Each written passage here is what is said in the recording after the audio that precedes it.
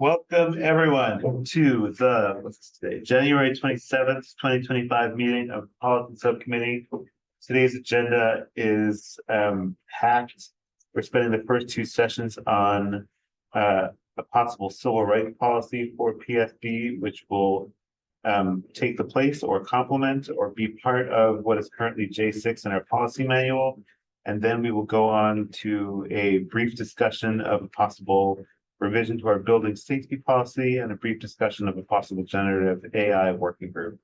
Before we do that, let's just have a quick possible approval of the minutes. Do I have a motion for that? So moved. I second it. Jesse, your vote? Aye. Carolyn? Yes. And I vote aye as well. I Okay. think Sarah's on. Oh, Sarah. Well, Sarah, aye. No vote for you. Yeah, I'm not on this subcommittee. Yep. Andy Liu is on the subcommittee as well, but he is not able to make it today. So the bulk of this meeting is, I'm going to share a document right now. It's on a possible student civil rights policy. And I'm going to turn it over to Lisa for an introduction. Great. Hi there. Let's see. Hi, Sarah. So good to see you. Nice to see you. Well, Matt, Claire, Christy, Becky, and I all appreciate the opportunity to be with you. And after I make some introductory comments, I'll turn the presentation over to Matt and then to Becky. First, I wanted to introduce Becky to the committee. Becky is our district consultant who launched Homeground Consulting in 2024 after 3 decades of fostering welcoming workplaces, colleges, and schools through civil rights compliance, equity-based decision-making, and proactive diversity and inclusion efforts.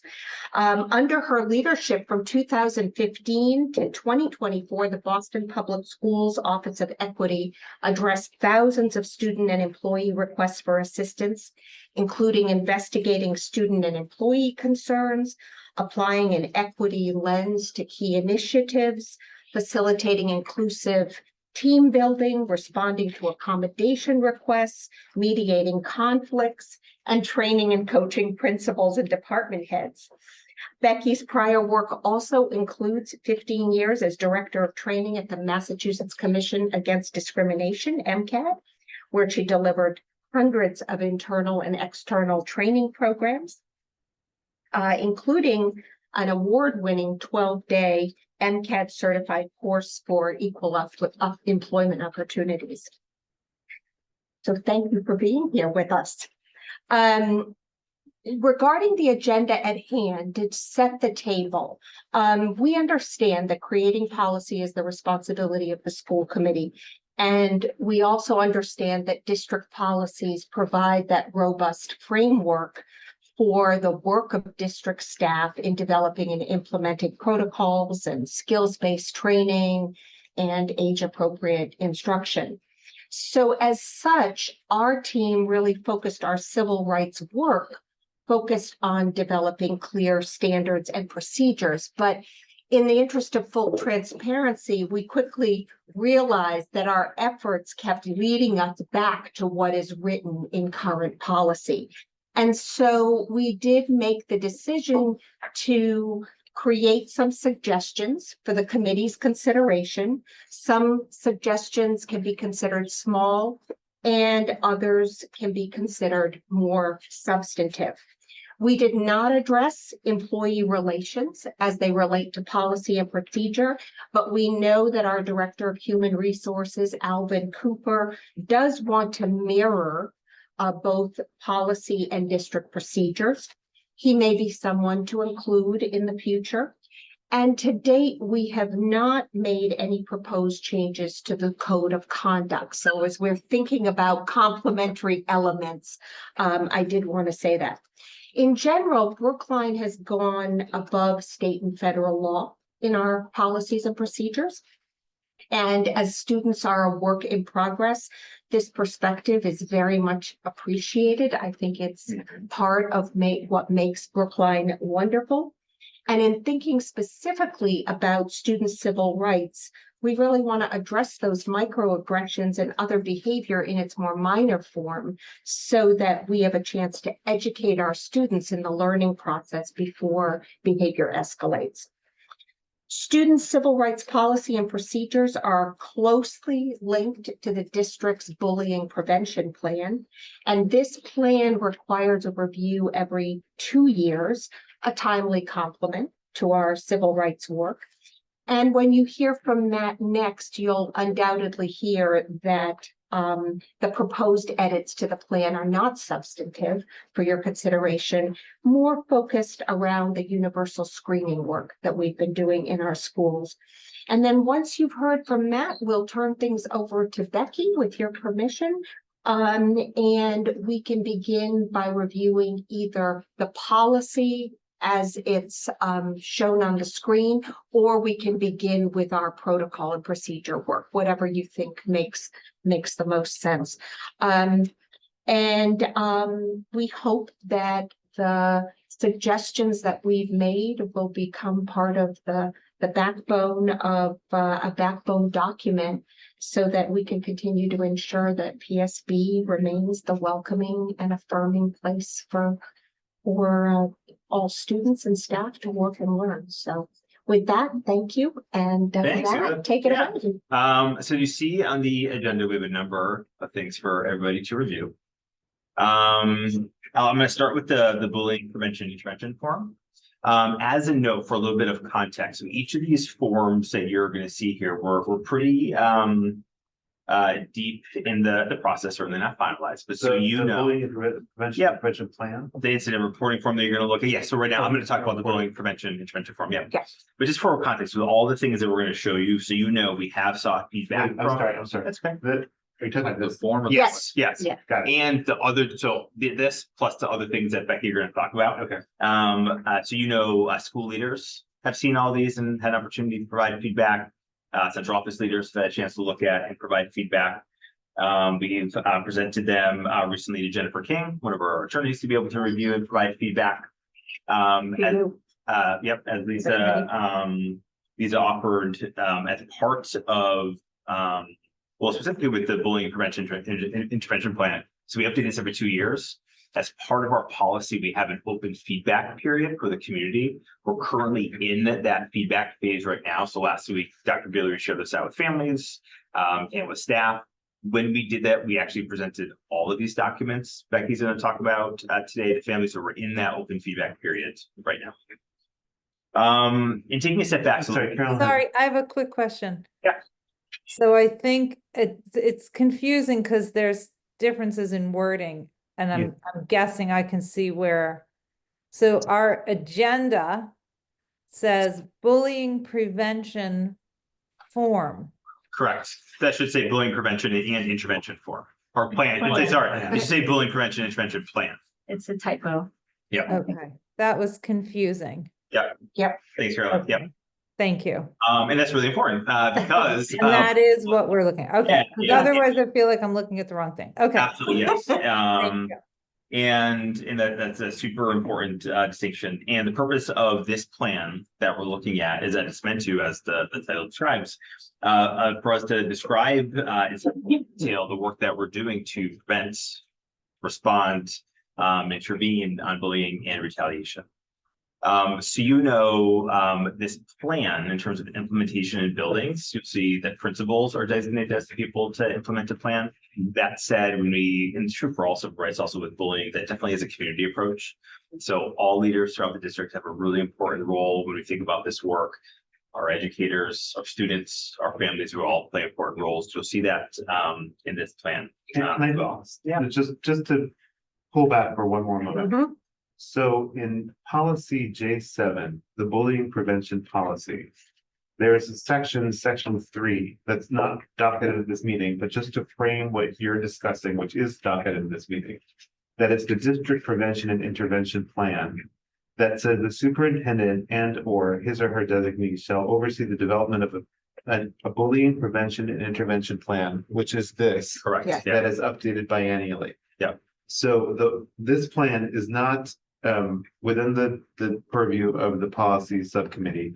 That's within the purview of the PSB administration. Correct. So you're just for the clarification of the subcommittee and anyone watching, you're presenting this for the broader context. Correct. This is something that's submitted by PSB administration in fulfillment of J7.3, the district prevention and intervention plan. Yep. Okay. For Yep. broader context, correct. Okay, Yeah. sorry, I just wanted to Thank you. Yeah, no, that's really what important. this is part of in Yeah. terms of the policy subcommittee. Okay. Okay, please awesome. Go on. Yeah, absolutely, absolutely. And so, and sort of, as you look through the plan, obviously, we're not gonna have time to do that this evening, but at the top part of the plan, we describe the resources that are available to all of our schools to prevent and respond to bullying. These are then referenced where the most substantive changes are. So if you held this draft, this version, up against the plan that was developed in 2022, you'd see the most substantive changes we're talking about. What are we actually doing to try to prevent bullying in our schools? And so you'd see references in pre-K through 5 second steps. That's an SEL curriculum that we use with students.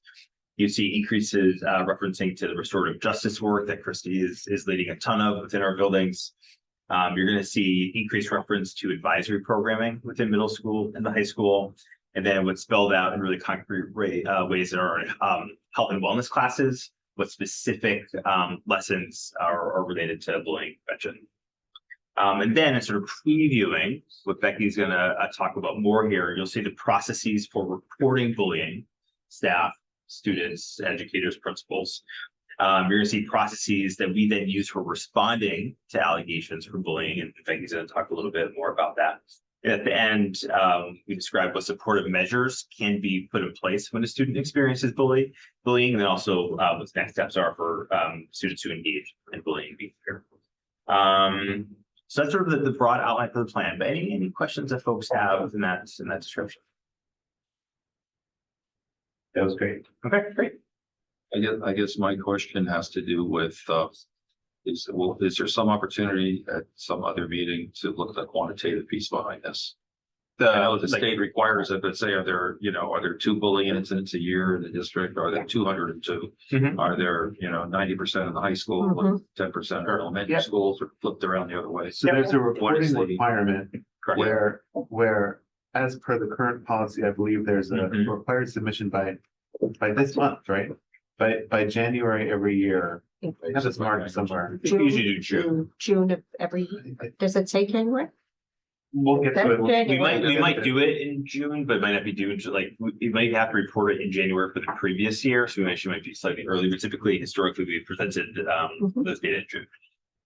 Well, you may be right. Cool. Okay. We'll get to it later, but there's a policy requirement Yeah. for when that report is due to the subcommittee. For exactly that reporting requirement. Yep. Yeah. So the subcommittee has like last year's. Yeah. Or the year Yeah. before's January, like Yep. the June end year, January was Yeah. 5. Yeah. That's a And, bit- and we'd be that's- happy to come back and report out on that as well, Yeah. especially as we're Just transitioning to our new Yeah. forms. Yeah. Yeah. Thank you, Yes. Yeah. Becky. All right, so as Lisa said earlier, as we started to work together on the protocols for the district January, sorry. and the forms that would be helpful both for folks reporting concerns as well as the folks charged with investigating concerns, we realized there were some gaps in the student civil rights policy.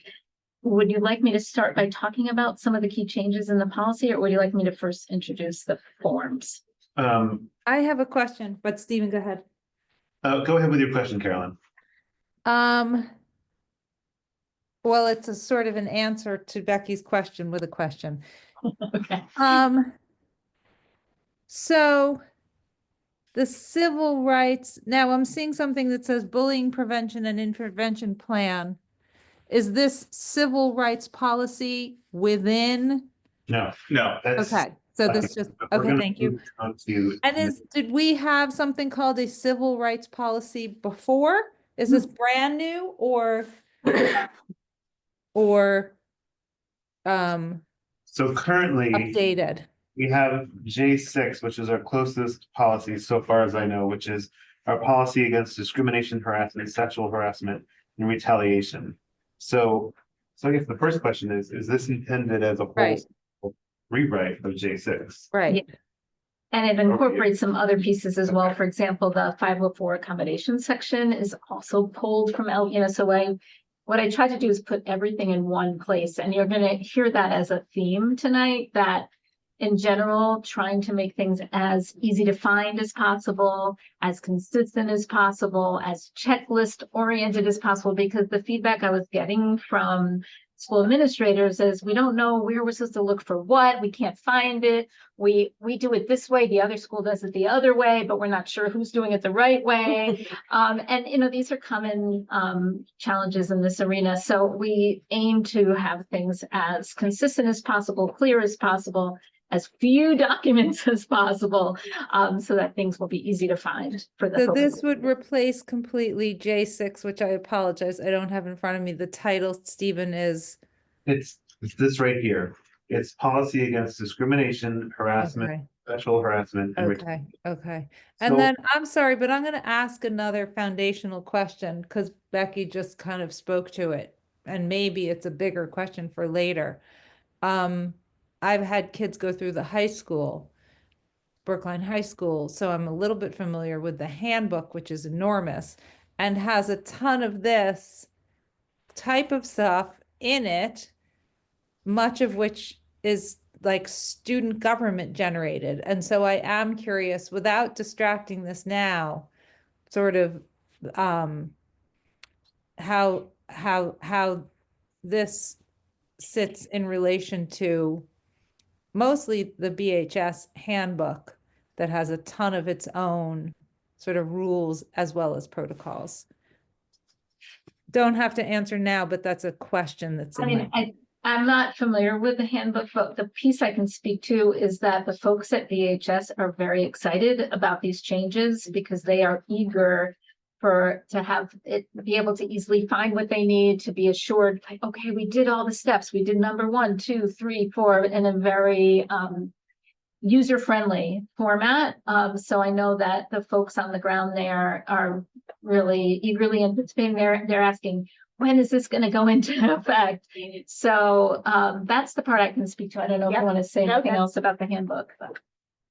Can I make a suggestion for how we proceed now? Absolutely. I think it would be helpful just for 2 more introductory comments from you all. One is why the reorganization instead of following this reorganization, and 2, with what are we being brought into compliance specifically with this rewrite that we were not previously, because there weren't any additional legal references in this document. And then I think we should just go section by section and get through as much as we can in this meeting. Great. I remember your second question, so I'm going to start with that one about compliance. So, as Lisa said earlier, the goal is for the public schools of Brookline to go above and beyond what the law requires. Why is that? Well, one reason is because we want to be an affirmatively welcoming district, right? We don't just want to say, well, we followed the rules. Isn't that enough? We want to make sure that we're going above and beyond for our students and for every member of our community. But it's also because when student conduct is off track, we want to address it the moment it goes off track, not wait till there's a legal violation, right? So I'll give an example. There are some behaviors that we might consider a microaggression. We don't want to ignore the microaggression, because if we do, it sends a message, it's okay to be ignorant in this moment. And then when we get to the behaviors that are more serious, that could be a policy violation, we don't want to ignore those in that they could become a pattern of behavior that's much more serious, right? So the sooner we address conduct that's off track, the better a school environment we have, but it's also protective of the district in terms of liability under the law as well. So one of my beliefs about this work is you'll notice that in the policy, there's very little reference to the law. What's important here is, did the student violate the policy? We're not trying to make a legal determination. And that's for a few reasons. One is, it's not great to make an admission like, oh, we violated Title VI. We don't want to make those admissions. That leaves the district vulnerable. But even more importantly, we are not a civil rights enforcement agency. We are not a judge, a jury. We actually don't have the authority to make a legal determination. So the goal here is to assess student behavior based on the policy, rooted in the law, absolutely consistent with the law, but not trying to make legal determinations at this level. Does that make sense? I think so. Sarah, those are hand raised. Go ahead, Sarah. Sorry, I couldn't take myself off mute for a second. That makes a lot of sense to me. I just don't really understand when it comes up, because I very much understand when we're training teachers, or when teachers are trying to direct a conversation and they're thinking in real time that they will be thinking about these issues. But as a policy, where is it needed to have this written down as a policy?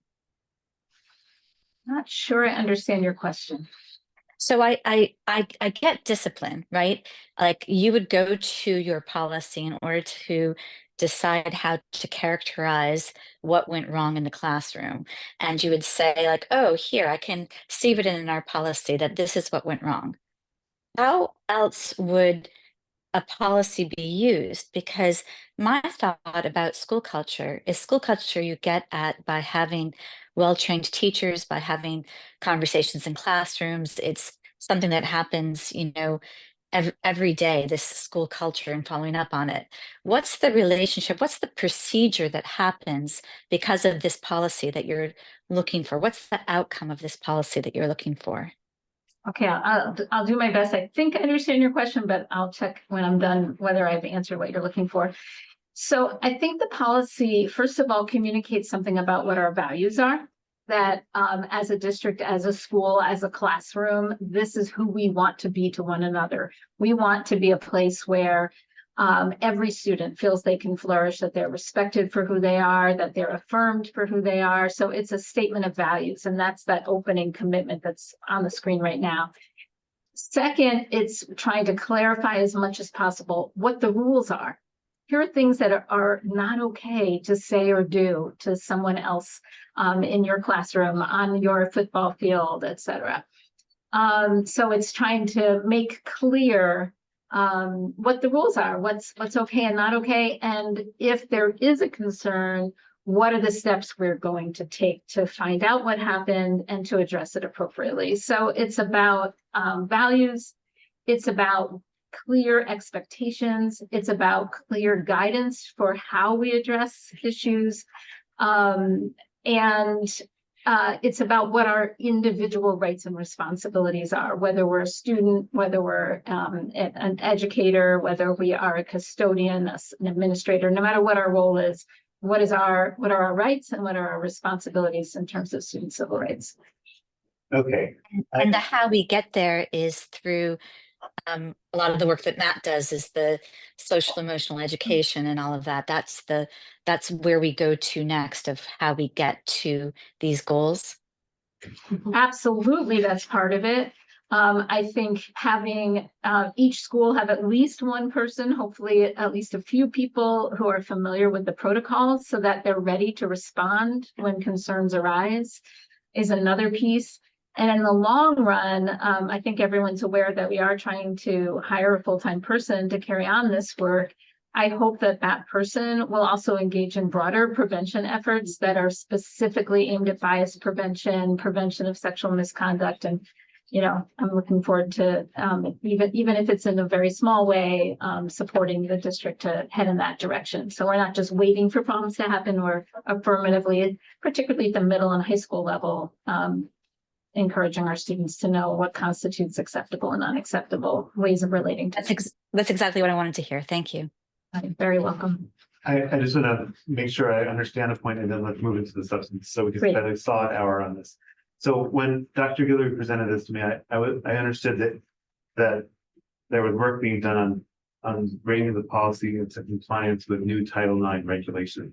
Was that not correct? Is it mostly really about strengthening the culture that is being promoted through this policy in Brookline? Or is there also legal requirements that we are brought into compliance? Yeah, so there were some things that were missing that were, and I will highlight those for you that are bringing the policy into compliance. The Title IX question is a little complicated at the moment because originally we were aiming to make sure the policy was consistent with the Biden administration revisions to the Title IX regulations, which are now pretty much out the window.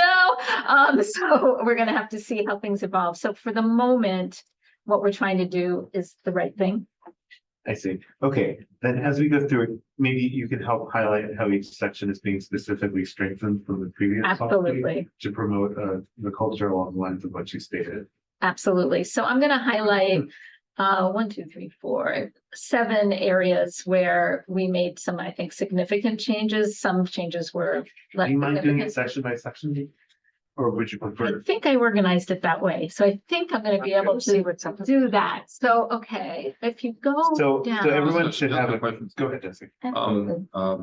Carolyn asked for clarification about what we were looking at, and it was a bullying prevention and intervention plan. But this is not, this. That's we're what looking Matt now- was talking Matt about. already. So Matt. that is this. Okay, yes, That's the I have thing it right here, yeah, Okay, that's the thing that's being So you submitted did the under first time. J7. yeah, I got it. But that's not really something we need to approve of. That's just helping That's us understand what the content. district, okay, got it. So we're just Exactly. looking at We which should one, read it, memorize it, and know it for the future. Yeah, right. Yeah. Fine. we're just looking at the student civil rights policy, which is submitted for our consideration. Right. Potentially to replace J6 or potentially sections that might replace sections under J6. With the version that we're looking at, I tried to highlight each section to say what it maps to under J6. Okay. Very Yeah, thoughtful. so if it would help, maybe you could look at J6 or I could flip back and forth. I got it, I got Okay, it. Stephen, Carolyn's hand is raised. go ahead, Carolyn.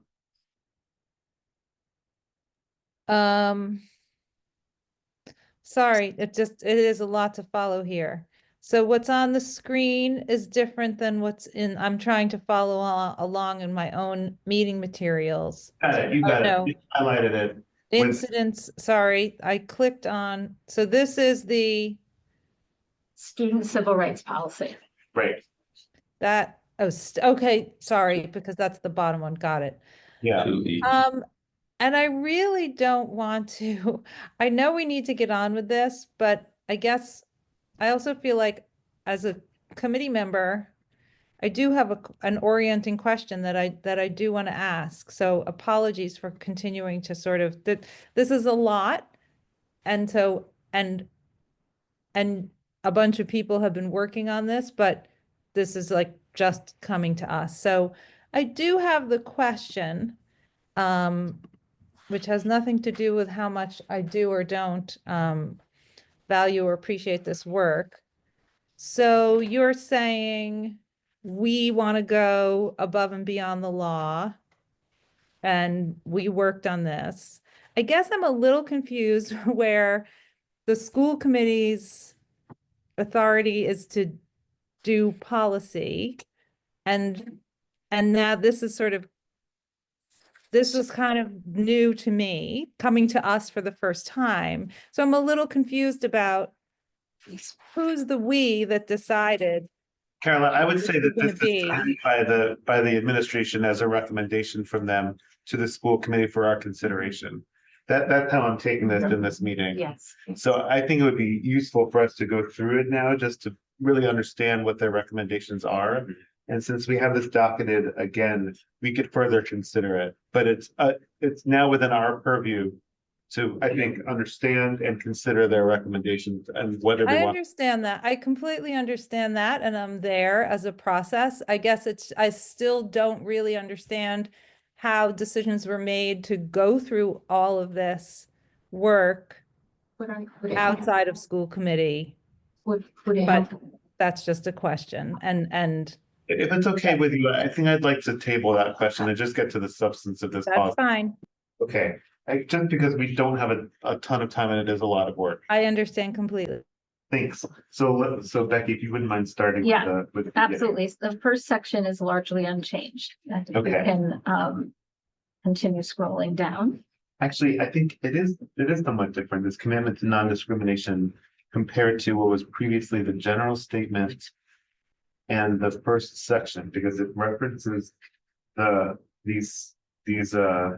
vision, and then there's a different there's different preamble. Yeah, Section one's supposed to be just a general statement of policy. it's the general statement, and it was mostly Something else. pulled, there was an interim document that Claire did a beautiful job working on around a proposed protocol at one stage, and I largely lifted this from that document. Okay, but this preamble, I think, is there.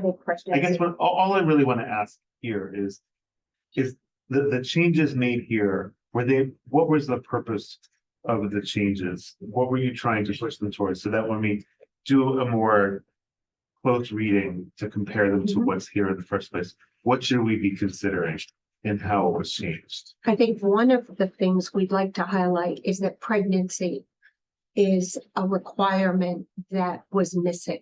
And so that was one of the substantive additions that we made in this commitment statement. Okay, So that was one.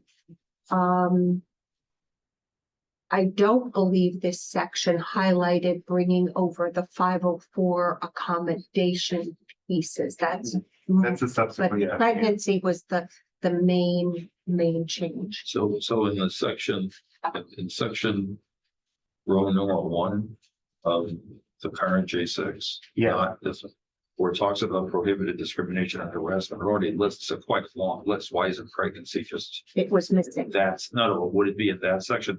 Or is this new commitment to non-discrimination number 1, taking in everything, general statement, prohibited discrimination, That was my disability discrimination, Right. what's it? That was my understanding, is that How far does it go in terms of, I think it goes all the way until A with my read. which are, disability discrimination and Yeah. accommodation? Is that the preamble extends until A. And again, that will be something you'll want to consider, and Yeah, I'm sure with attorney consultation as well, but this was Well, our yeah. first. right, I'm just saying that in order to meaningfully compare these, we need to be able to look at maybe the tabular fashion or something. What is this one, and then what's this one saying? Because going back and forth this way, it's not gonna be. I guess for the purpose of this meeting, I just At tried to map it. 100,000 feet, I get it, but I mean, not at any, I'm not gonna Right. try to detail it because we won't get past this one, right? Anything else that you'd want to highlight in this section for our? Not that I recall. Okay. I think, so for example, I will, like, one more thing. You'll see, you're in a perfect spot right here, right at the bottom of the page where it says derogatory, intimidating statements, threats, acts of exclusion, or other mistreatment regarding a student's membership in or association with a member of a protected group, whether made in person or by phone, mail, email, text, or other messaging, social media posting. In most places in the old policy, there was no reference to electronic communication, which has become obviously very important. And our students and sometimes their parents and caregivers don't always understand. They think, oh, that's my phone. Why would the school have a right to see that I texted this, anti-immigrant comment to a classmate who is an immigrant? So that is another, I'd say, significant edit that's throughout the policy, in making sure to remind our students that this is not just about what you say or in person, but it's also other forms of communication. So it sounds like that's just an expansion of the word electronic that's already in the policy, Mhm. which probably was covered Exactly, in 2021, right, but it's basically being much more explicit. exactly right. Okay, so, Okay. What about this section 2? This also seems like part of the preamble. This wasn't really part of this wasn't part of Yeah. J6. So I As far as think can what's tell. important in this section first is trying to make sure we have clear definitions of certain terms. So, and this is aimed so that we have the same standards for what constitutes misconduct across schools. And that was one of the comments I heard when I would be speaking with school administrators as well. a student said this at school X and all that happened was, this happened, but at the other school, they said X and this whole other thing happened, Y, whatever. So trying to be as clear as we could about what would constitute a violation of the policy. Is there an extension of the policy? Is this all? Is this list at the top paragraph there, the list starting race, color, age? Yeah. Is it gonna be the same everywhere? Like, for example, pregnancy's missing here, but hairstyle's still here. Oops, But that pregnancy's is up a on top. mistake. So is this gonna be like, as we begin Thank you for to catching that. identify, subcommittee at your service? I mean, Should be homelessness identical. moved Should somewhere be else. identical. It should just be identical everywhere. It should. Everywhere. Okay, is it just gonna come up over? Yeah, it should be identical throughout. David Sarah's hand is raised. Go ahead, Sarah. Beautiful, thank you. Sure. So I think the other change that was apparent to me was that we used to talk about microaggressions and harassment and discrimination. And then the other thing that I saw added here was discomfort. And I was wondering where that change came from. Sarah, can you point to where you are? So if you scroll down a little bit further.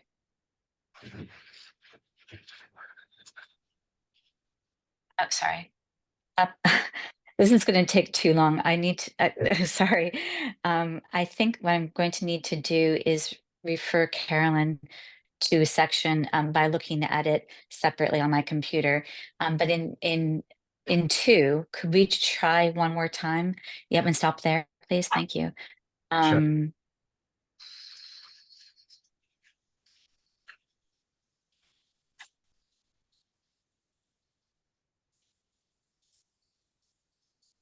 It seems like microaggressions are only mentioned in the last two paragraphs of section 2. Okay. Go down further.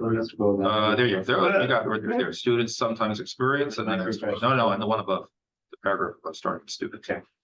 If I scanned it. The goal here in this section, as well as the section right above it, is to give a range of examples of what might constitute a policy violation and a range of examples of what might constitute a microaggression, meaning something that can absolutely be hurtful, but is not going to rise to the level of a formal investigation, for example. So the first section just above where the highlight is right now gives examples of things that would lead to an investigation and be addressed in a formal manner.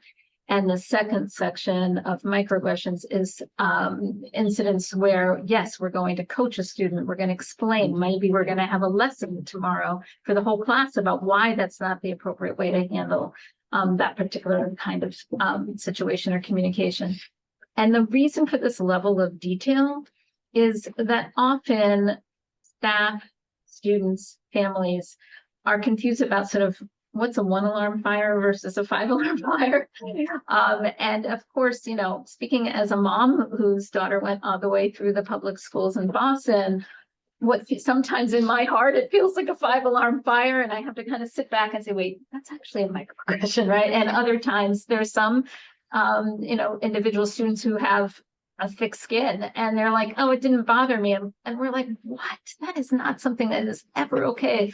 Please, if that ever happens again, come forward, right? So in different situations, people have different sense of what's serious and what's minor, and we're trying to be clear about some of the things that are actually serious and need to be addressed formally, and other things that should still be addressed, but not in a formal manner, if that makes sense. And did you see that as being apparent in the past policy?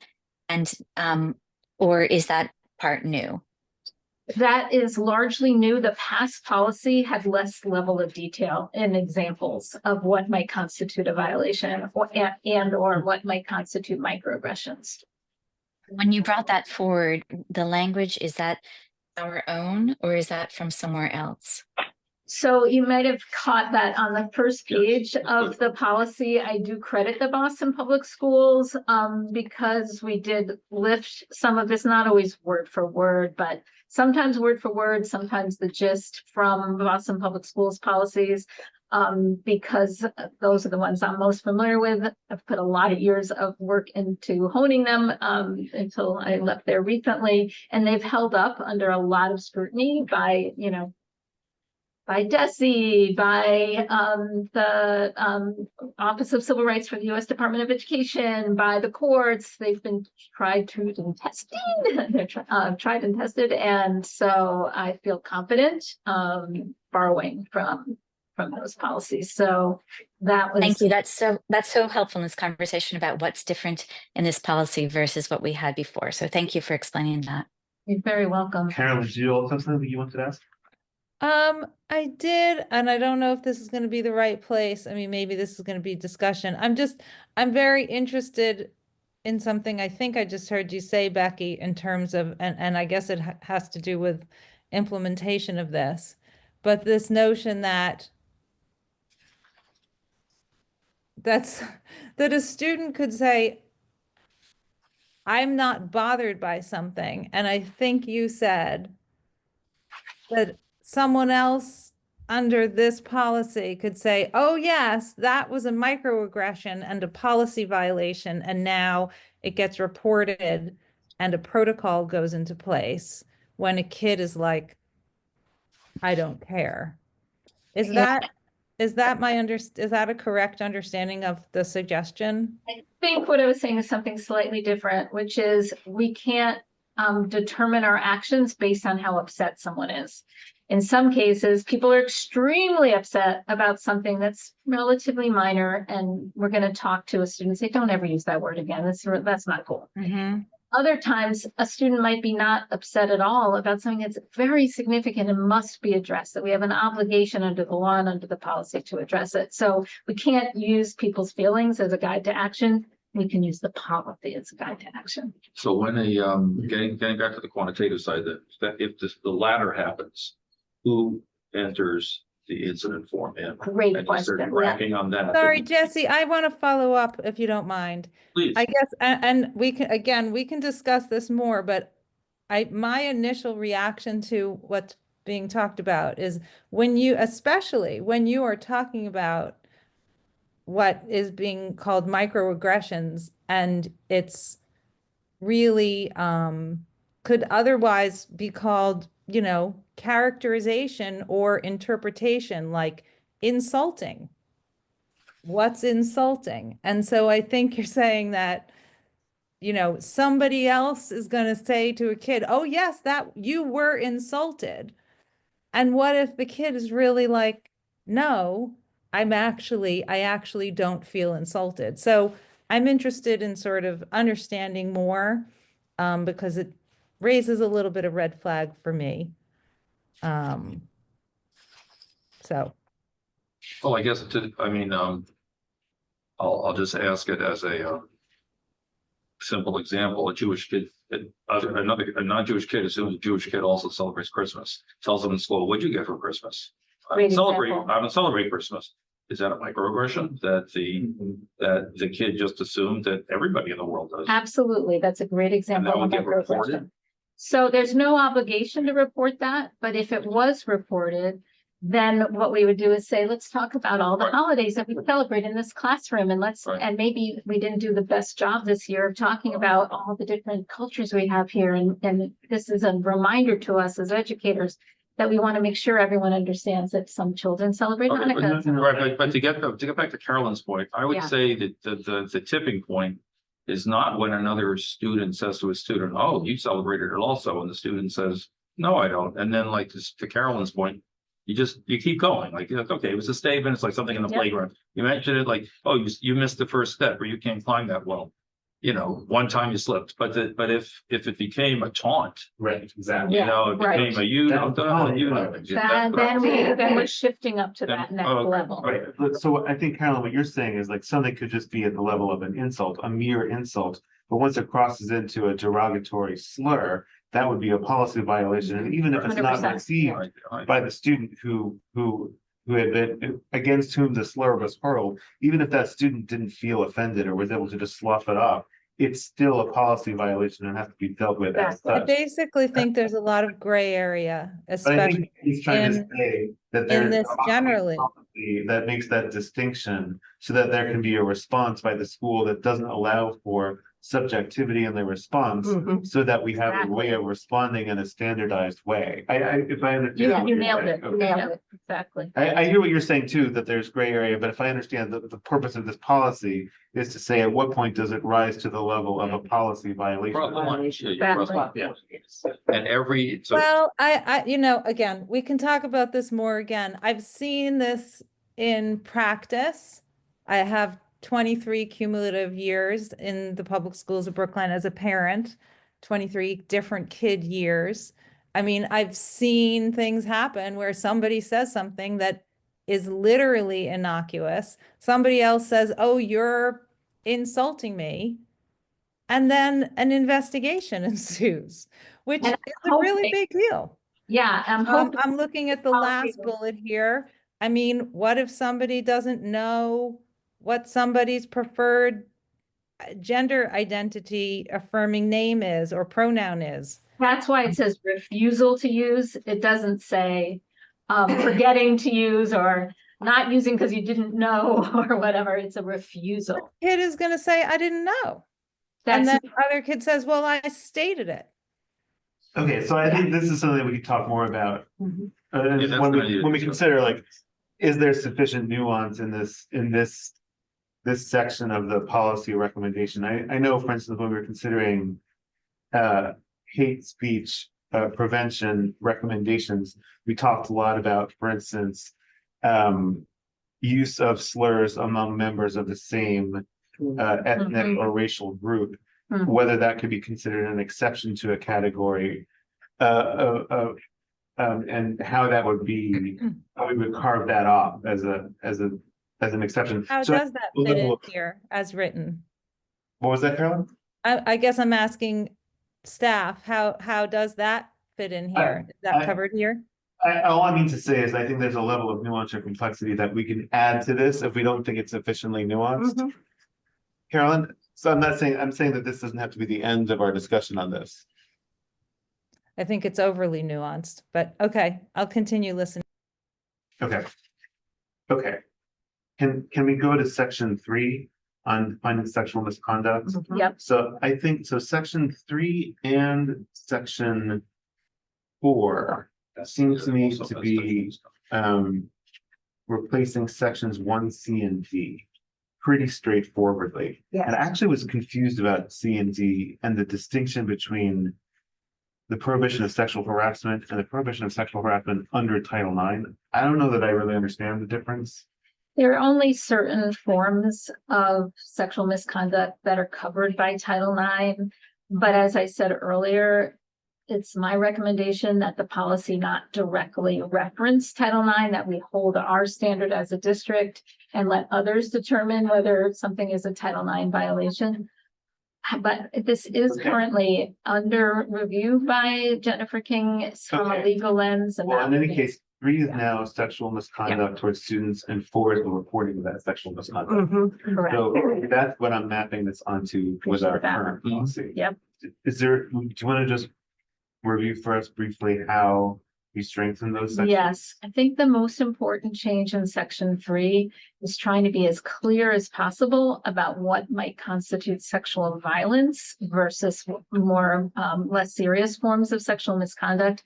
And the reason why that's very important is it has to do with making sure that school administrators are very clear of when a 51A has to be filed. It's a really common And concern. report it. Exactly, when we have to report to the Department of Children and Families, the definition of sexual violence is where we cross that line into mandatory reporting.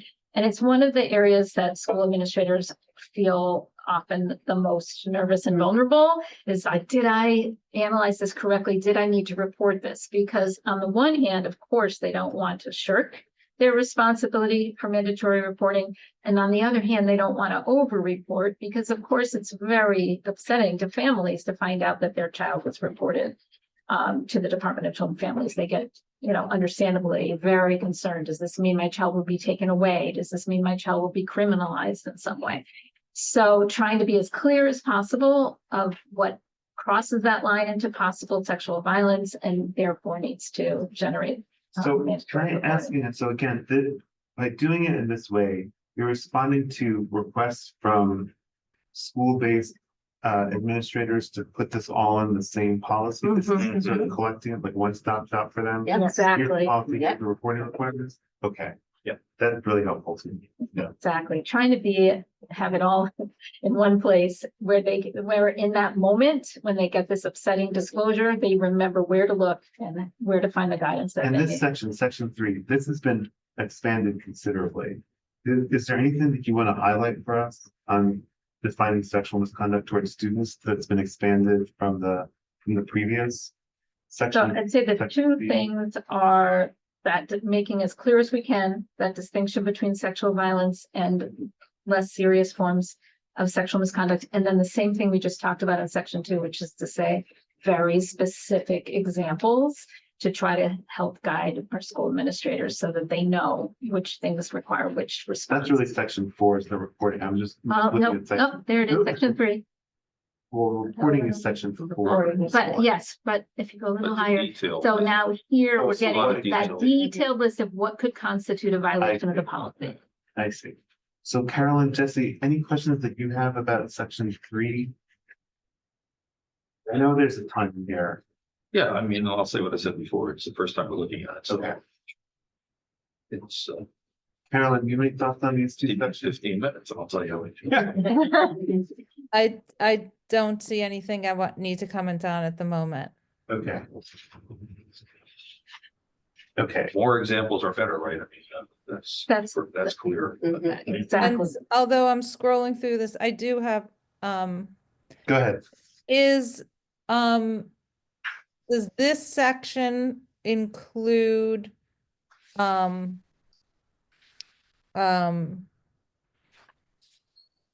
phones, emails, whatever you call it, digital communication, online communication? Yes. Okay. Electronic is in there again. So Okay, 6 paragraphs. let's talk about oh, actually, You're in I'm the sorry. supporting part of it here. I just So gotta go back. in the reporting part, this is actually part of the, I'm sorry, I misunderstood. So this is part of that section where you just specified to whom it's reported to. Correct. Not a new section. The report allegations is not, it's in the reporting allegations, it's like main heading. My mistake. Okay, so that's actually part of You that. go up just a little bit. Yeah. Yeah, See I that? do want to there- highlight that where it says encouraged versus required to see. report, this is an important change. So we're encouraging students to speak up or parent to speak up and say something happened that, was harmful to my child. But we are requiring employees that if they become aware that there may have been a bias incident, sexual misconduct toward a student, they must report it.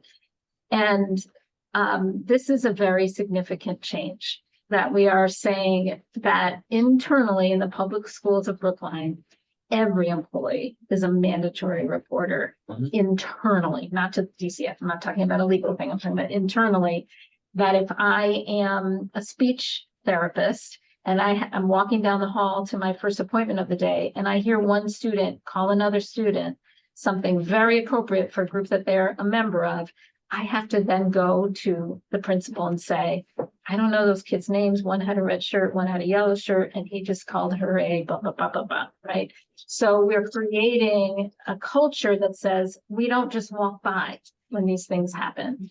And that piece of it has important implications in terms of expectations of employees and eventually will require us to be comprehensive in training our staff so that they know how to recognize something that triggers that responsibility. So, And go ahead. and how is that reported?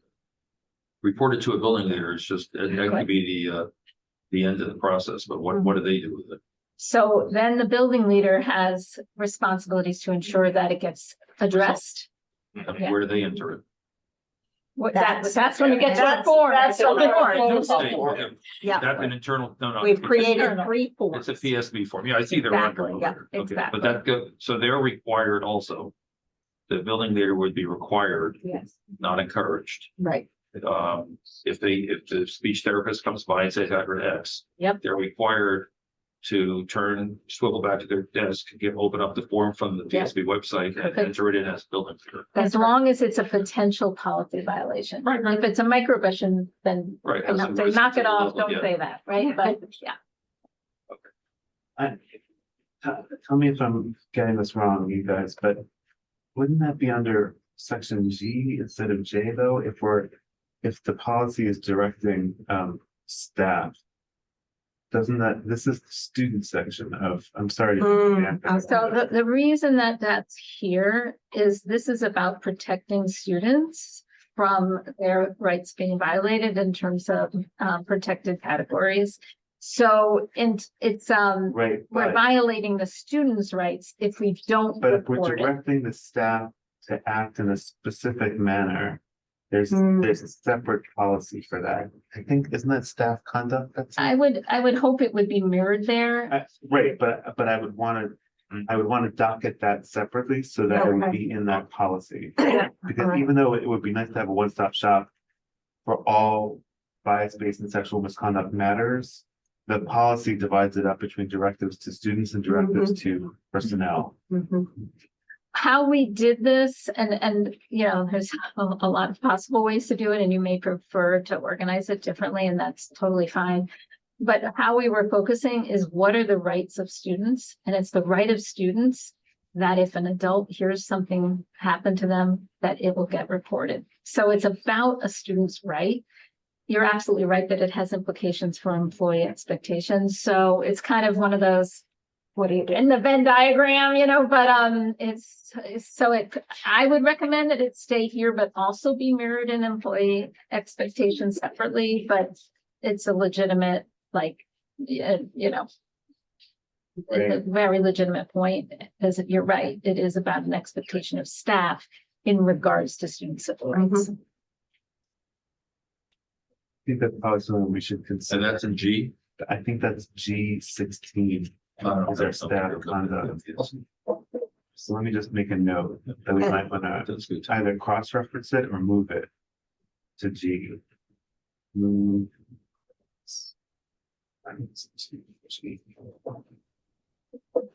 Okay, Yeah, staff conduct, I mean, in the MASC. Yeah, Line one it doesn't even get close to reporting anything. It just says really? yeah, it just expects, the school committee expects that teachers and others will conduct themselves in a manner that not only reflects credit to the school district, but also sets forth a model worthy of emulation by students. That's it. This is a significant Yeah, change. expected to carry out well, I think what you have in here is a lot of nuts and bolts. Right. That's for sure. I get, maybe it should stay here, but let's consider whether this. I mean, for now, I think merging them in the same one makes a lot of sense unless we come up with a really strong reason to split it. Okay. Okay, then you have the reporting. I don't think you need to review where it reports to, it's just addresses. Okay, investigation. So this is a section that exists. This is section 7 of the current policy. And this is also a significant expansion of that section. Oh no, it's actually a pretty big section already. So do you want to talk a little bit about section 5, which would replace the current section 7? Yeah, so this is kind of just, Investigations, corrective action, record keeping and reporting. yeah, so it's really outlining, you can keep scrolling down a bit, the steps that a school administrator who's been trained in how to investigate will take depending on the nature of the allegations. It's an outline, so it's much more detailed than the protocols that we'll look at later. But it is an outline of the key steps that are needed depending on the nature of the incident. Okay.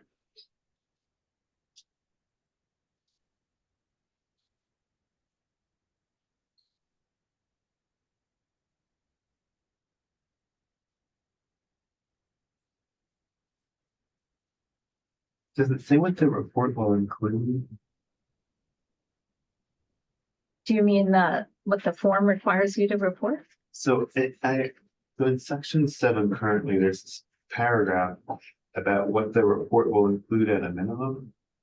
That says, here's why I'm asking. Mhm. So, You're on the reporting board? I'm sorry to be skipping around.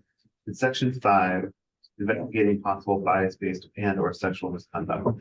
So in the parallel section 7 of our current policy, at the end of it is the thing that the school committee receives, which is June 15th of each year. That's when we get the report, and it says what actually is in the report. So it says total number of allegations, the allegations made by a student, the number of students, et cetera, et cetera. So this doesn't have anything like that in here.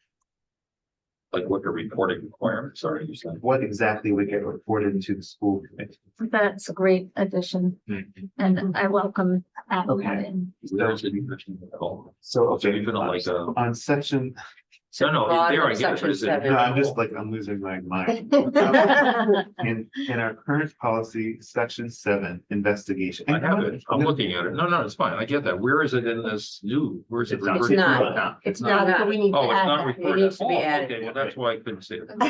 That's an oversight on my Okay, part, I So on a apologize. note. But that's a good idea, we can put that in. So there's Yeah. 3 paragraphs that start in Paragraph 7 What at the end of the paragraph. should be reported to SC. Okay, Preparing, it's all the part about the annual report. right, Yeah, that's. Happy to add that. okay. Making and addressing, this is the same, this is, another. I would just add while you're doing it, is that it would be useful since it's gonna be online. Where when the public looks at the policy, that the link to the posted in a manner accessible to the Mhm. general public. Should be a hyperlink that goes to the page where all these are being stored, so you don't have to like call someone, like, how do I find it? Right. Should be immediately Mhm. available, since it's in the public domain anyway. Got it. This gets back to the question I asked earlier, is where's last year's? Yeah. I'd love to see last year's. Okay, making and addressing I think investigative Larry, you findings. had emails about that, so yeah, it should be available. I think this is still part of the investigation section of this still maps to the same section. Mhm. Yeah, I had the same comment here that Understood. employees Yeah. might be a separate section of the policy manual. Mhm. Yeah, I mean, we organize it based on whose rights are being violated rather than who's engaging in the misconduct.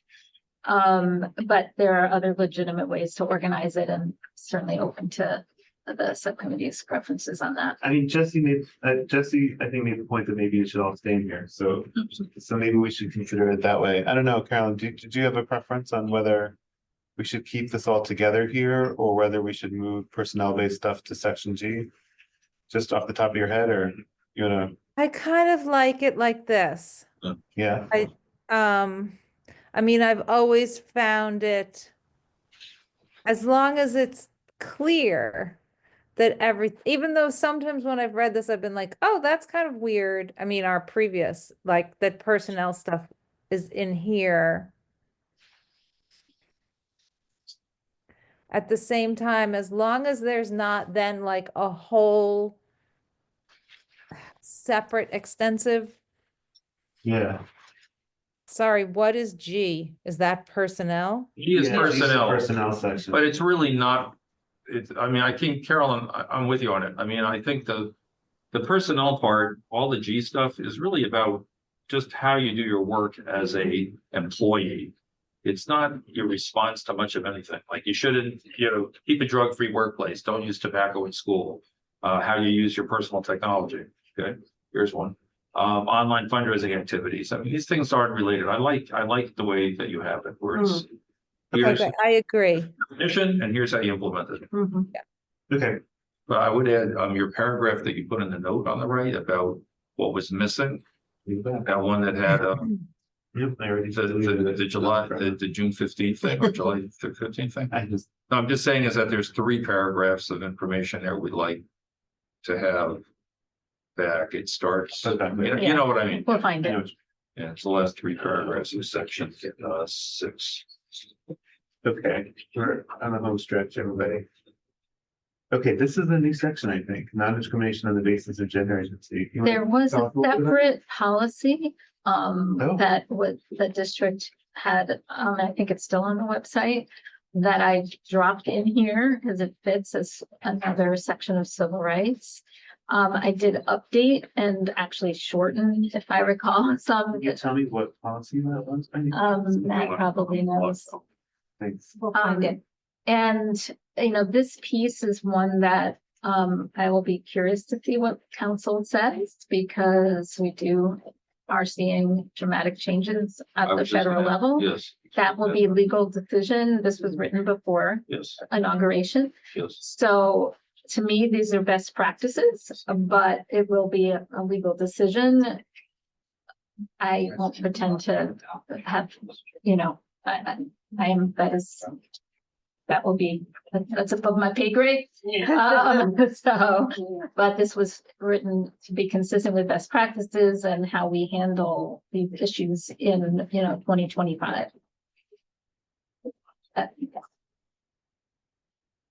There's a separate policy on non-discrimination on the. I don't know if technically it's a policy, I don't is think it there's a a, guidance or? so that, if there's a separate, sometimes Yes. it's not, They're looking. okay. Did you find it? I'm still looking. Okay. I know that I drew from something that already existed. Was this already? Here it is. Bought them? Yes, What is- but this is the non-discrimination on the basis of gender identity. I don't know if it says policy, Well, Matt, What's at this very top? non-discrimination. No, it's non-discrimination. not, it doesn't have our normal top stuff. Oh, I don't think that's BSP. Yeah, that doesn't. It is So it may Yeah. not, it might have been, The opening line is PSB. it might have remained in draft form, so it never got finalized. It is. Oh, yeah, well, that's somewhere on the why, I website. think, Christie, yours was. Are we looking what- at the same one, Becky? I think so, but Yeah. it's not like they It is formalized. titled, Non-discrimination on the basis of gender identity. yeah. Here. Well, No, it's the same, opening line is it's a the document. It says policy here. Maybe it But never I made drew from it, as you can see. Right, maybe it never made it. It was developed by somewhere. Betsy, do you know what this is? Non-discrimination on the basis of gender? We definitely do not have an approved one. It's not in our policy manual. So it may have been developed by staff or something. Yes, and I can look to see if there were prior discussions and maybe just stalled at some point. I can find I that. don't know why this would stall though. Well, because it would have been on my like list of, You never got even docketed. but I had the list of stuff that was stalled. That I don't even have that. Maybe it was not stalled, but just written and never submitted. So it exists somewhere. in the- Okay, well, I mean, I can I have it. found that by Googling it, so it's definitely in the online universe, Yeah. but the formal status, I don't know. So I did draw from that. I shortened it a bit. I updated it to 2025 language. Because this is obviously an area that, I think we Evolve. want to know where it came Oh, Yeah. sure. from, because, That's important. that's a great question. I We'd love don't know that. the answer. I see this document for PS. Go ahead. Question. I think Yeah. it'll be Betsy. And sorry, there were multiple people talking, so I didn't follow all of what was just said there. That's not a complaint, it's just a statement. In gender markers on student records, for example, upon request by a transgender student whose gender identity is male, for example, or their parent caregiver if they are under 14. So is that illegal? Where is the 14 as a line coming from? That's law. Yeah, that's law. Student records law. Can you say more? So the student records law says that,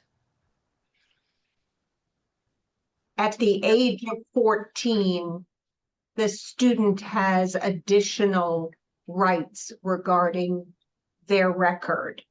But okay, under 14, so that's why Becky wrote in that distinction. what are the additional rights? I mean, does the law speak to this particular issue? It speaks mostly to access to the student Yeah. record. So More what happens when you're than- 14 in terms of access? Yeah. No, that's a question. What change, He wants to know what maybe change. you can refer me to the Okay, I What think we should- changes at 14? I think we That should just reference the law, because typically we just at the bottom of these documents, we reference.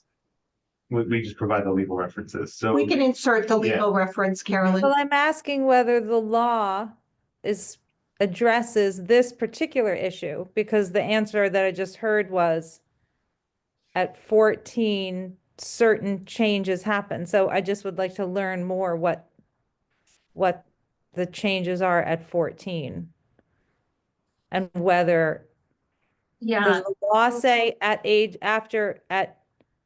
14, a student can change their gender on their record?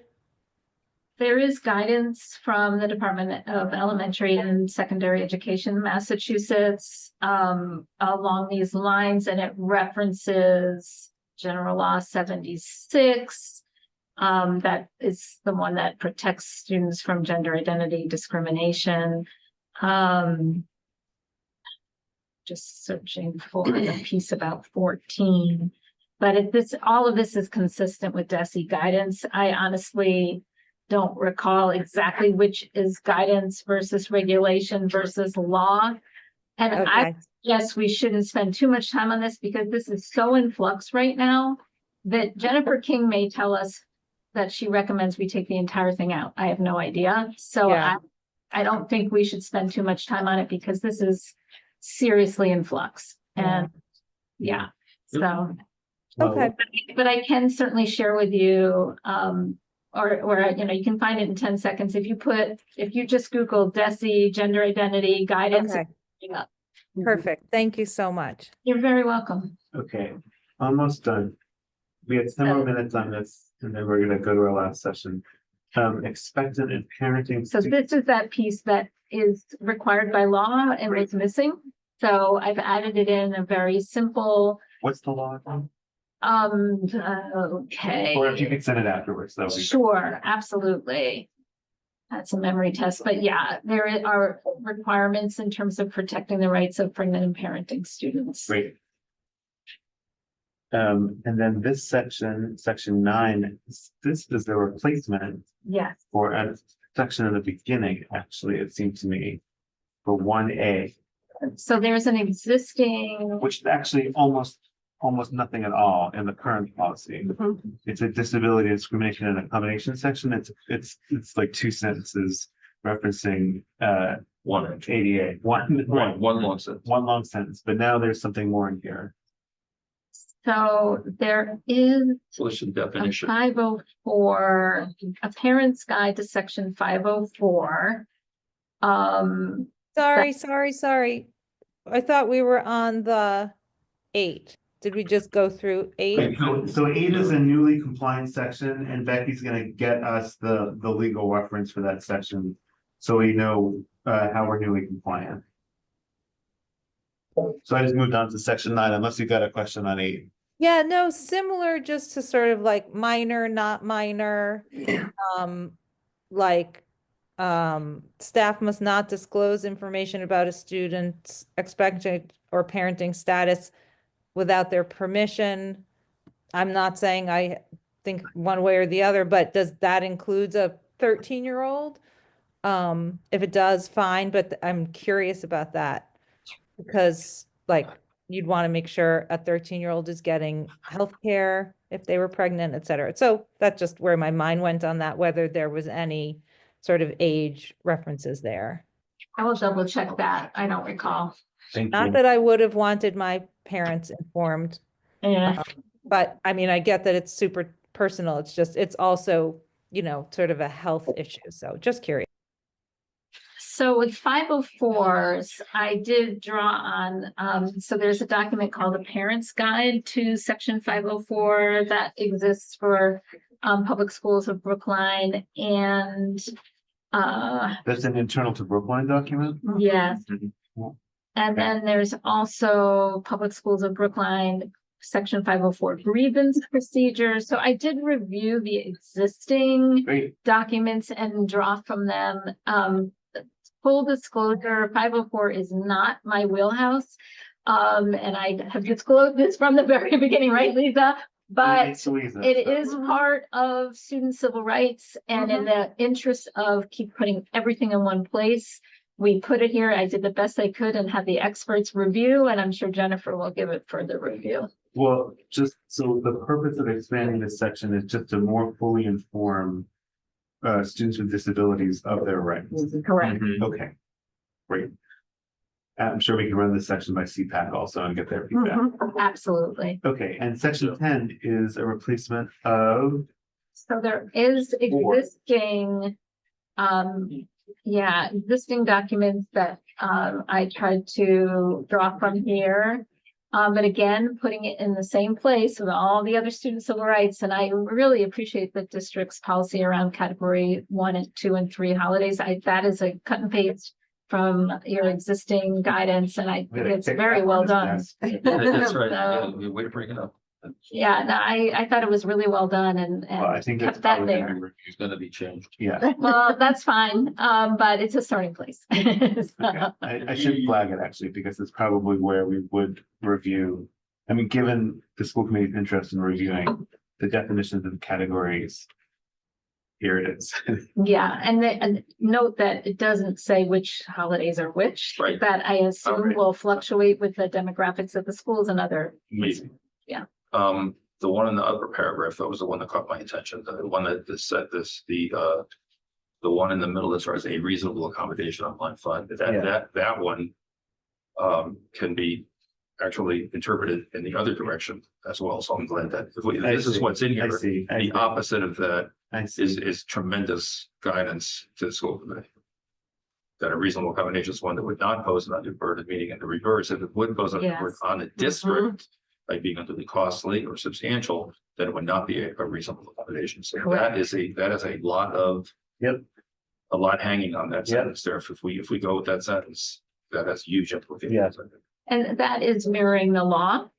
But That, okay, yeah. But that doesn't mean you can't, that doesn't mean it has to be the district's policy, but that is mirroring the law. All right, right. Okay, and that, Thank you. oh, there's more. Oh, No. We're almost there. almost yeah. there. Retaliation, that also, that is making a section briefer. Section 3 has been reduced. Shocking. I tried. What are you thinking? Yeah, I mean, just basically trying to be clear what could constitute retaliation for any of the first 11 sections that we've already looked at. So this applies to all of it. You can't retaliate against someone for exercising their rights, for reporting something, for participating in an Examples were investigation. removed from this section. Is there any particular reason?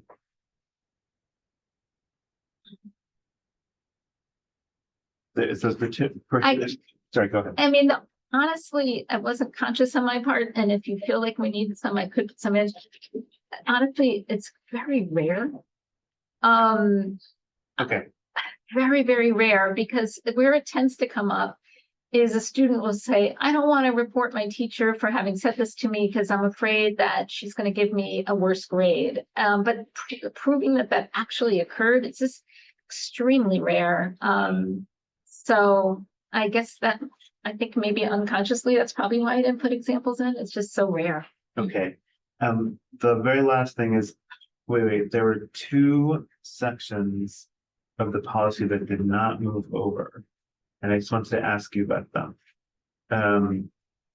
They were, I highlighted them over here. I'm sorry. No To be problem. rushing at this point. I just want to leave 20 minutes for this last section.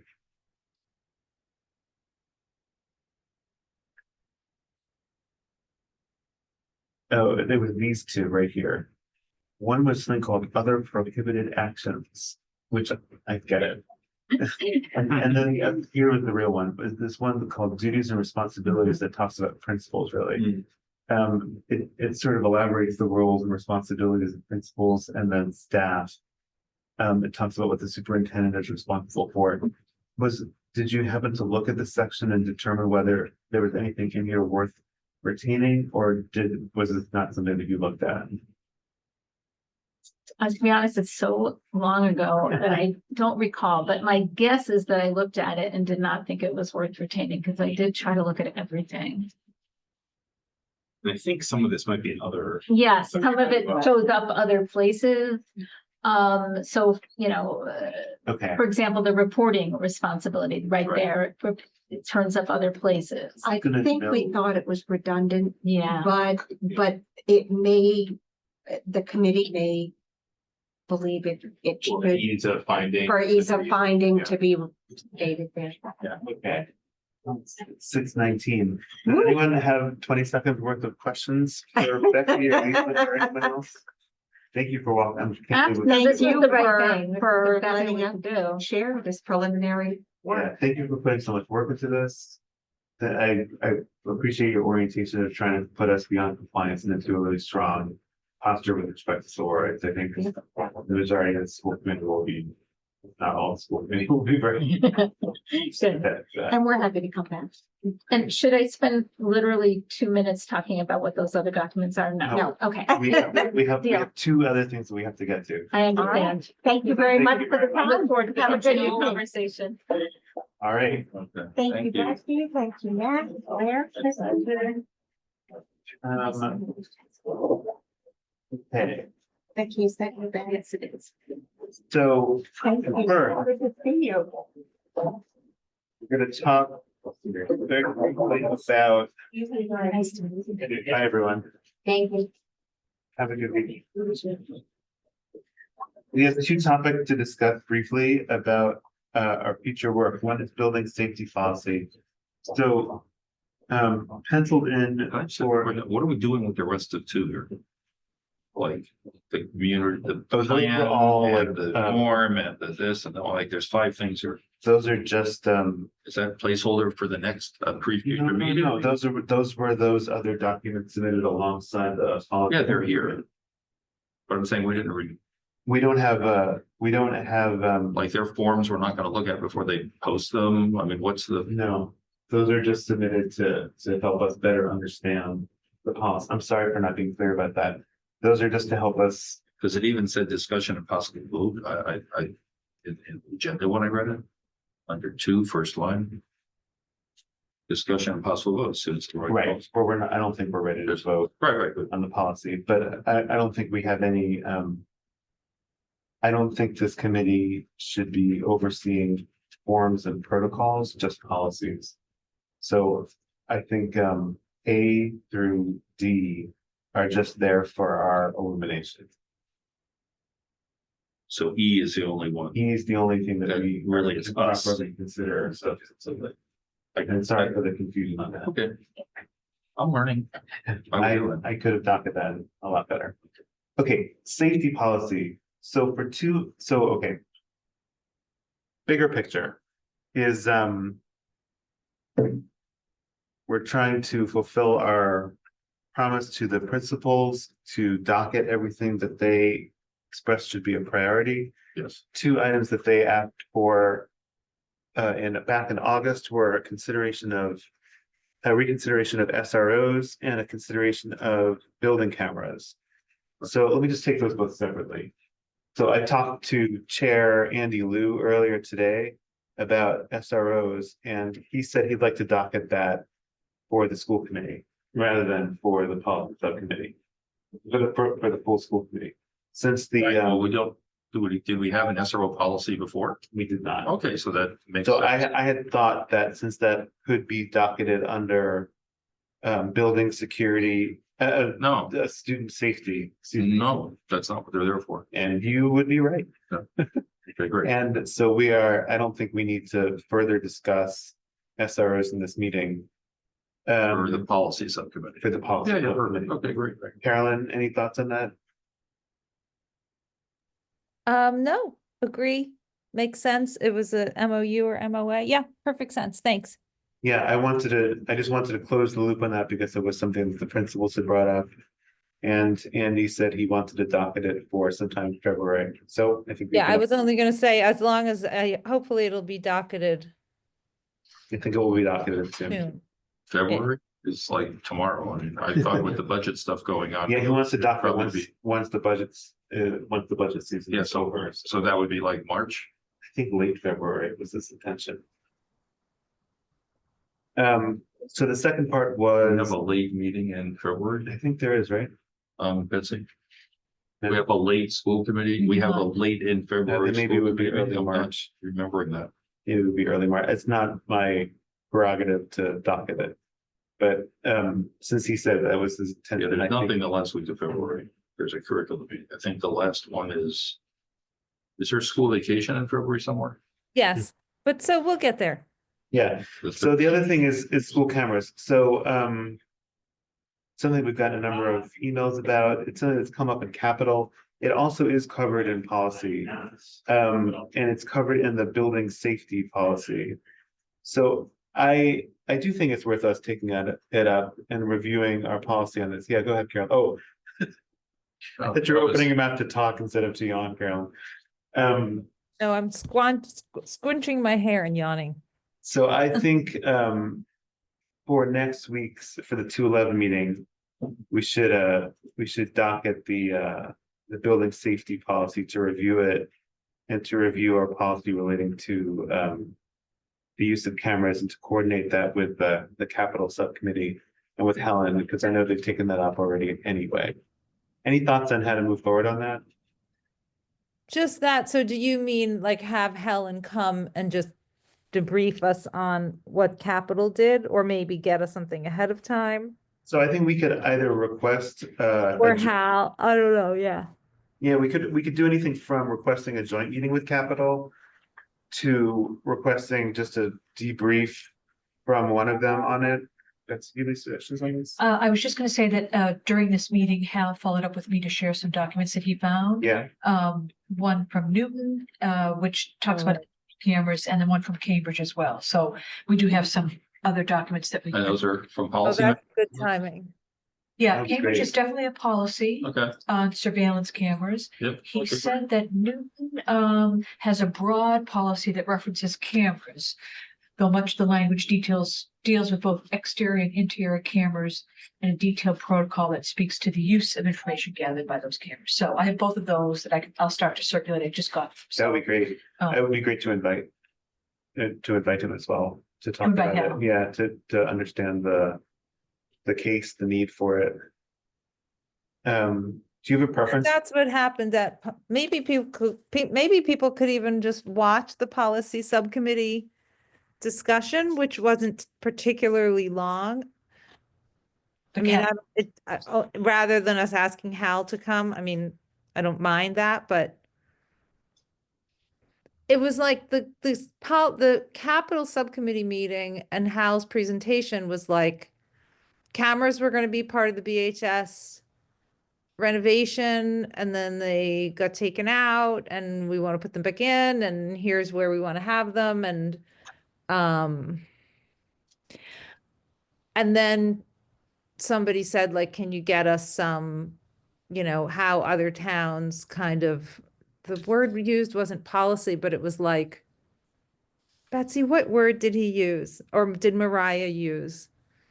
What did she use? It's late in the day. Okay. Like a global statement, or In any case, because I'm not sure I want to put Hal on the spot to try to justify I hear you. I hear the you. policy. He's just like, we want cameras, right? So Okay. Yeah, Point yeah. being, let's make sure that meeting is informed by previous meetings and in coordination with Capital. We have about 12 minutes left, and I want to move to the last item on the agenda, which I would like to invite Gabe to brief us on. It is a brilliant idea of his, and I'd like to invite you to discuss it with us, Gabe. Sure thing. Thank you, Stephen. Good to see I other just want to folks. say it's also responsive to a request from both principals and teachers. So with that, go ahead. Yeah. So for folks viewing, I'm Gabe McCormick, Senior Director of Teaching and Learning. And one of the things that we've been talking about is generative AI and district practices. And so one of the questions that has come up, I would say in ad hoc ways, is like, is there going to be a district policy on the use of generative AI? And I've had some very preliminary conversations with Dr. Guillory and also Stephen as chair of policy. And I think especially at this time, my main concern is that would be hasty. Our academic honesty work all happens at the school handbook level. It doesn't really happen at the policy level in terms of what's cheating or what's plagiarism. Schools have abilities to do that. And while there is definitely, I would say, some educator nervousness, there is also educator excitement about what the possibilities are for generative AI. And so part of my hope is to essentially ask you all not to create a hasty policy. Not that I think we're in the practice of hasty policies in general, as the civil rights one may be an example of, but to give us the opportunity to do district-wide learning and exploration and really think about how we want to address this. One of the comparisons that an educator gave was, years and years ago, math teachers had to reckon with calculators. And there are math teachers who said, yes, this is cheating. You cannot use a calculator. We ban it. And then other educators figure out, no, calculators are here to stay. We're going to think about how to use them. And times when, yes, we absolutely want to use a calculator and understand the tool. And at times when, no, you need to do this without a calculator. And math has figured that out. The humanities, right, and my background is in social studies, humanities don't know what to do with a tool that can generate an essay. And so, yeah, we want to take an opportunity to do some learning. We have some members of the community who have already volunteered their expertise and have offered to either give talks or be on panels or advise. We have some folks who are not directly tied to our community that I've already reached out to through connections at Harvard or BU and some other places. And then we have a lot of educators, especially at the high school, who have been engaged in a professional learning cycle and have reported real excitement about the opportunity to just learn and see what various tools can do. And then we have a number of folks who I think are interested in learning more. And so really, it's kind of the idea of creating a working group. We haven't announced anything publicly. This is all very early and very preliminary. As you all know, we have a lot going on with budget and with literacy rollout and other things. So we want to be thoughtful and use the resources that our community has access to in this area. Hey, Gabe, I just met Jesse here. Just going to mention that I've been in contact with a friend of mine also who has been deeply, deeply involved in AI. In fact, when I spoke to him over the weekend about this, he pointed out to me that at the conference in Hiroshima recently that he presented at, the one area that he felt he challenged the group, I think, to not make that he didn't expect in any good progress in the next year is education because of these concerns. So you're right on in terms of his challenge to them at the conference was basically the educators are going to keep pushing back and you won't have any understand, you won't solve it yet. So I'm talking to him privately to sort of see if I can engage him to see if he might be willing to, volunteer some of his time to work with us in the district as well. He's, very involved originally from MIT and his own company and Google and all kinds of stuff. So he's sort of full time in this. His kid's already out of high school, but I mean, he'd be an amazing resource. And I completely agree with you that we should definitely not rush to get the policy because you can, this is, I guess, just a joke. We could have it write the policy now. But we don't, easy schmeezy. You can give it all the requirements and in any language you want. So I think that it's so pervasive, that's not a joke. I mean, it could write the policy for how not to use it, and there are all the tools out there to determine if what students are contributing is actually made by them or made some, made some other way, because the tools can sort of track themselves in a sense as well. And it's moving too quickly for any of us to get our arms around it anyway. So it's, the promise of what kids can do now with it is just so much more expansive than a human teacher could do. It's just clearly more than a human teacher could do, but there are things that humans can still do pretty well as well. So I think by embracing it, that's going to be the best we can do. I mean, we definitely want to embrace the technology. We just need to get more used to how we're going to interact with it. So Gabe, despite all of the busyness, so this is exciting. What are your initial thoughts about sort of what this looks like? And sorry, I will say one other thing as I'm thinking about it. So I agree that it would be hasty to do a policy. And you're involved in you're at the high school now? You're the high school guy? Or other way around? Anthony is the high school guy, but I mean, I work at all the schools, so. Yeah, it is the high school. It is confusing at the high school right now, in terms of how it's how teachers are using it to try to sort of catch kids.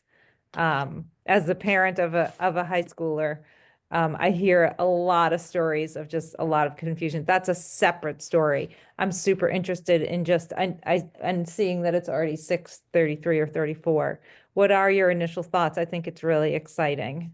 Yeah, like I said, it's extremely preliminary, and so like really in an imagining state. But I think part of what has worked well in some other areas in the past is taking time to learn, right? Taking time to be thoughtful. It's a thing this community is good at. We have a lot of access, like Jesse was alluding to or named, right? We have people with access, and so one of the things that teachers in the high school strand for professional development has said there's like a combination of things, right? One is understanding the capabilities.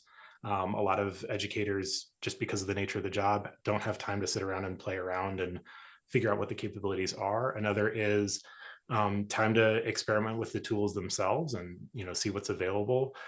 There's considerations about how do we plan lessons differently, right? So again, I use the calculator example, but another example is just access to the internet. And so I'm of the right age that access to the internet opened while I was in school. And so I have an experience of no internet access and going to the library and just looking for the books that were in our library and being able to research through the internet and the additional opportunities that provided.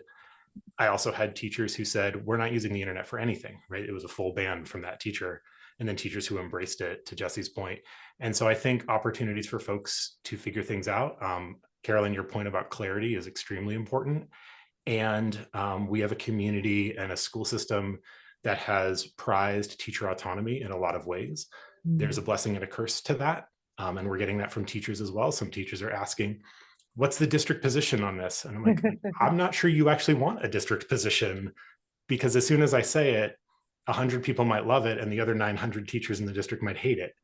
And so that is part of the encouragement to not be hasty. And again, like the math example with the calculator, there are times in class when we use it and it's correct. And there are times when we don't use it because there's things we need to know as humans, right?